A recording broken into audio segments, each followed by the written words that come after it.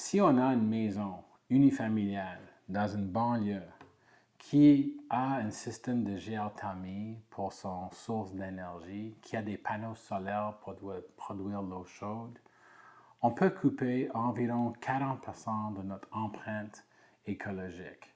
Ça veut dire si notre empreinte énergétique est presque zéro.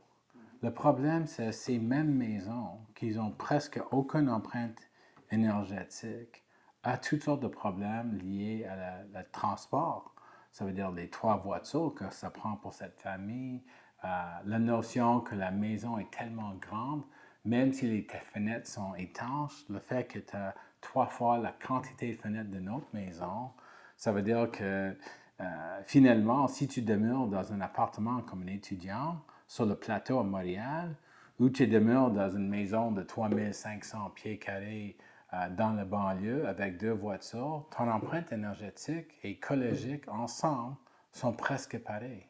Même si l'étudiant a des trous dans ses fenêtres et les murs ne sont pas étanches. Et le fait qu'il utilise un vélo, un transport collectif, qu'il mange bien, toutes ces choses à l'intérieur d'une distance très compacte en centre-ville, l'empreinte écologique est tellement mieux.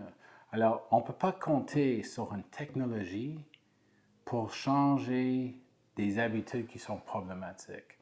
Les technologies vont réduire l'abus de nos ressources naturelles et réduire l'empreinte écologique, mais à une limite. Finalement, ça prend un changement de style de vie.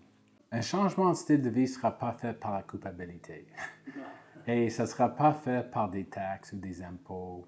Je trouve que vraiment, il faut qu'on trouve une meilleure qualité de vie.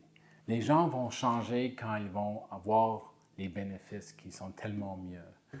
Un exemple, c'est si on peut commencer à montrer le niveau de santé, le niveau de confort, le niveau de bonheur, des choses que dans le passé, on a dit impossible à mesurer. C'est juste des choses qualitatives, ça. On peut mesurer la quantité de kilowattheures par mètre carré par année, et ça, c'est facile. Mais la santé et le bonheur n'est pas si simple.